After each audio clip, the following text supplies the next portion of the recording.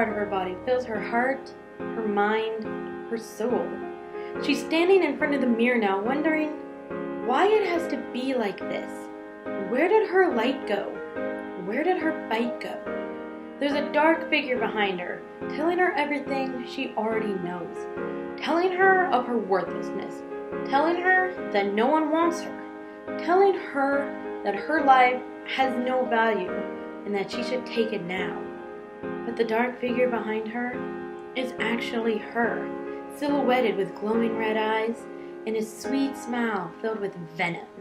The dark side of her brain given a body, a voice, a choice. It steps up right behind her, one dark, cold hand on her face, the other on her shoulder, coming ever closer, that sweet, sweet smile ever apparent. The dark figure continues to tell her that her life needs to end, but it goes with a different tactic now. It tells her how much better off she would be if she would just take it all. She would be in no more pain. No one could ever hurt her again. She begins to believe that dark figure until its lies are her truth, and she can see nothing else but that truth. She pulls out her phone and starts to play some music. Her family knows she listens to music, so they will not know that something is off. She takes the blade carefully. It's perched between her fingertips. She had used this blade before. She used it to make the marks on her hips, marks that nobody knew she had. Carefully, ever so carefully, she presses it to her wrist. Suddenly, she slices straight down, eyes closed. She waits. She waits for the blood to drip, but it doesn't. She opens her eyes. The cut is there, but it's shallow. See, here's the thing about cutting your own skin. The first time is always the hardest. The skin is resistant, fighting against the blade. But every time after, it gets easier. She looks at her wrist, barely even bleeding. She expects tears to be coming, but she feels nothing but emptiness. Her attempt didn't work. How would she explain? Her fingers grip the blade harder. She brings it back to her wrist, and with a sudden violence, slices down, down, down. 3 other times, but each cut is shallow and small. None of them bleed enough to even make a drop. Suddenly, she has a new idea. Instead of making new cuts, just deepen the already existing ones. She tries it once, twice, thrice. Deepening, deepening. She didn't care how long it took or how much it hurt. Tonight, she was going to end it. She couldn't go on. Nothing could convince her otherwise. She would keep going until the floor was red with her blood, until she felt it flowing down her arm. It would only take a couple more cuts. Wouldn't it? She had forgotten about her music playing, but suddenly a song comes on. A song that plays the words, seemingly written just for her. Every word rings out as true, hitting her heart like a bullet. She tries to ignore it and brings the blade back up, but the song is begging now, friend, please. It begs her to put the blade down. It begs her, don't take your life. Don't take your life away from me. It still begs, friend, please. And the singer, he tells her that he understands, and he won't give up on her. And she just can't help but wonder, how does he know? How does this man know her struggles? How does he know her mind? How does he know her heart, her soul? How does he know just the right words to say to convince her to do the impossible? How? How do you know? She screams at him. No, she knows that he will never know it. She's sitting on the bathroom floor now, crying silently, the lines on her wrist steaming. What had she nearly done? Her parents, her brother, are nowhere to be found. They've abandoned her when she needed them the most because they didn't believe her. You have nothing to be depressed about, they would say to her. Perhaps that's why they didn't understand the kind of music she liked to listen to. The song is coming to an end now. No, she thinks. It can't go away. So she sets it on replay. And And as she listens to it again and again, her tears fall, taking away the pain of the night. The music can't fix everything.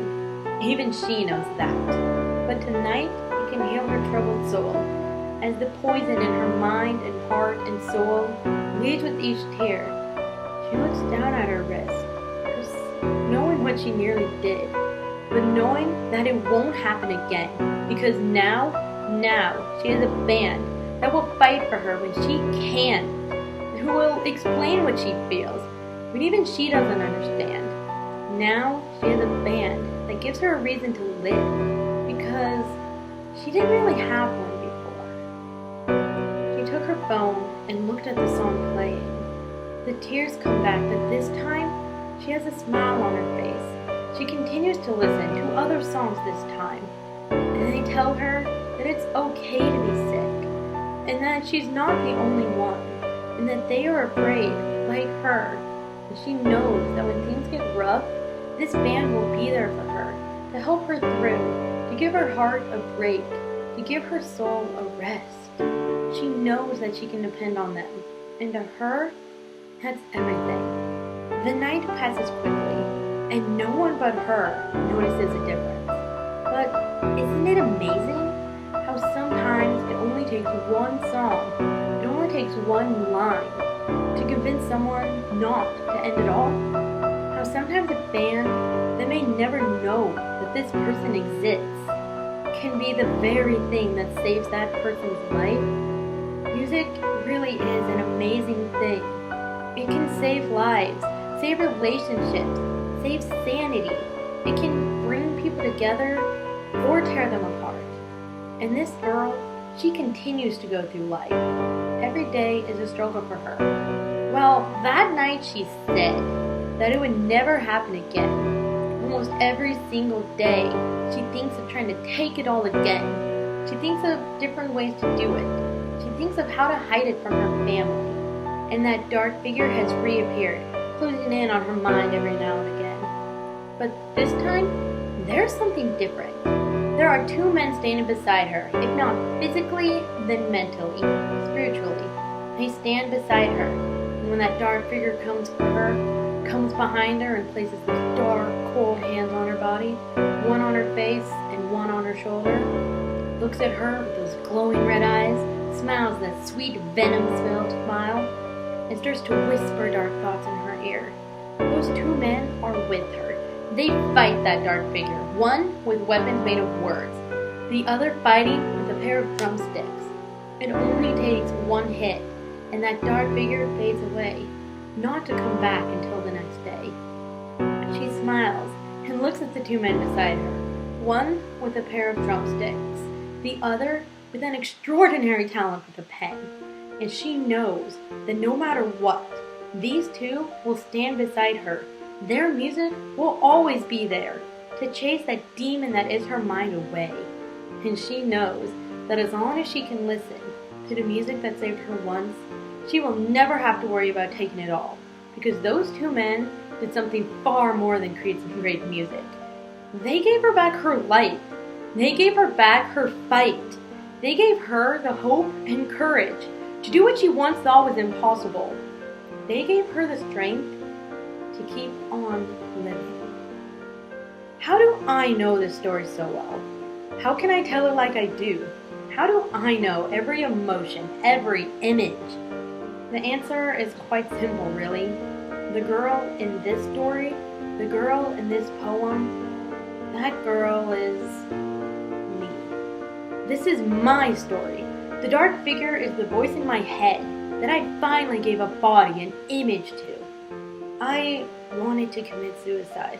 I wanted to slash my wrists and finish this waste of a life. I was trying so hard, but I could not make the cut deep enough. But then, the music came and stopped me. The song "Friend, Please" saved my life. The second and third line of the chorus gave me the strength to throw that blade away. And since then, I know that Tyler and Josh are my reason to live. I am able to keep on living if I just hold on to the hope that one day I will meet them and I can thank them for everything that they have done. without even really knowing it. They didn't just create music. They created something that people can relate to. They created something that saves lives. My own story is a testament to that. But just in case I never get the chance to tell them what they've done for me, I will share it right here. To Tyler, thank you for making me smile, even when I feel I have no reason to. To Josh, thank you for giving me the hope that things will truly get better after high school. To Tyler, thank you for writing the words that can speak for me when I don't know how to explain the dark things I'm feeling. To Josh, thank you for beating on those drums, for making the sound of them kick in my chest until everything else disappears, and I can't hear that dark figure anymore. To Tyler and Josh, thank you for making the music that introduced me to a group of people who feel the same things I do, and who truly and genuinely care. To Tyler and Josh, thank you for being a light, even when everything else seems dark, and not just for me, but for thousands, even millions of other people who feel the same, who need that light in their lives, because they are surrounded by nothing but dark. To Tyler and Josh, I don't know what I did to deserve this music. What did I do to deserve the skeleton click? Friend, please. Guns for hands. And truths. All convinced me not to end it all. Migraine. Fake you out. Ode to sleep. And glowing eyes. Have all explained to others what I am feeling when I could not understand it myself. To Tyler and Josh, what did the world ever do to deserve two bright, shining lights like you? Someone asked me the other day, what would you be like if 21 Pilots did not exist? I didn't tell them the truth. I told them that I didn't know. But I do know, I know that if it wasn't for the both of you and the music you have made, I wouldn't be here right now. My mother and father would have buried me.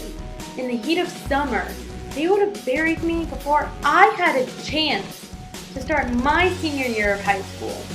Because if it wasn't for the right song at the right time, I would have kept digging and deepening until that cut was fatal. I would have committed suicide. But now, to Tyler and Josh, you guys say to stay alive. And now,